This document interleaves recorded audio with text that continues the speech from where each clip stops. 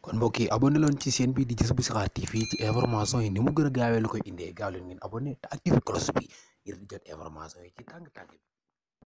bismillahi ba'dal azbala may waxati man Ahmadou ibnu Othman Modou Mbacké may waxati ci mbokk mi te jiitu mbokkam yi barzaqam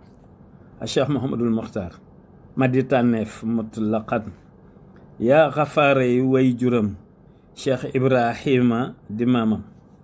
Sëriñ Modou Mokhtar doomi joor moo di mbokkam noo ngi ko koy jaale mook Sëriñ Ateex Mbàkke may rakam ak Sëriñ Modou Mahfouz ak Ahmadou ay mbokkam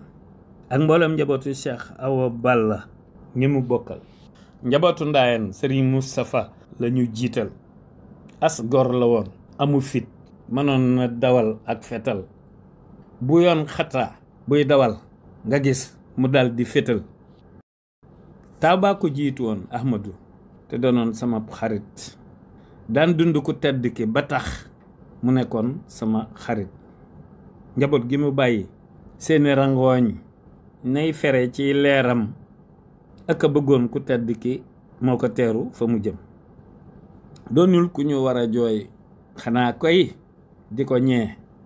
wallaahi xam naa ci moom lool ku ko xam di ko ñee marsiya bi ma def ci moom daf koo mérité woo bu wér ak it sama digg ak moom njaboot gi ñépp la biir noo ngi taasu ci leeram moo ñe ko fa jiitu woon ci ay maam ak i baay ñu baax ña ko jiitu woon xaadim sama yàlla man na ma koy bëggalal na muy bëggale saa baay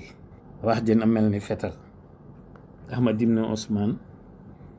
moo ko def ci magam wala réem xaritam bi jiitu barzaq Cheikh Mouhamadul Mokhtar ibnu Cheikh Awa Balla Daaru Manaan. Wasalaam.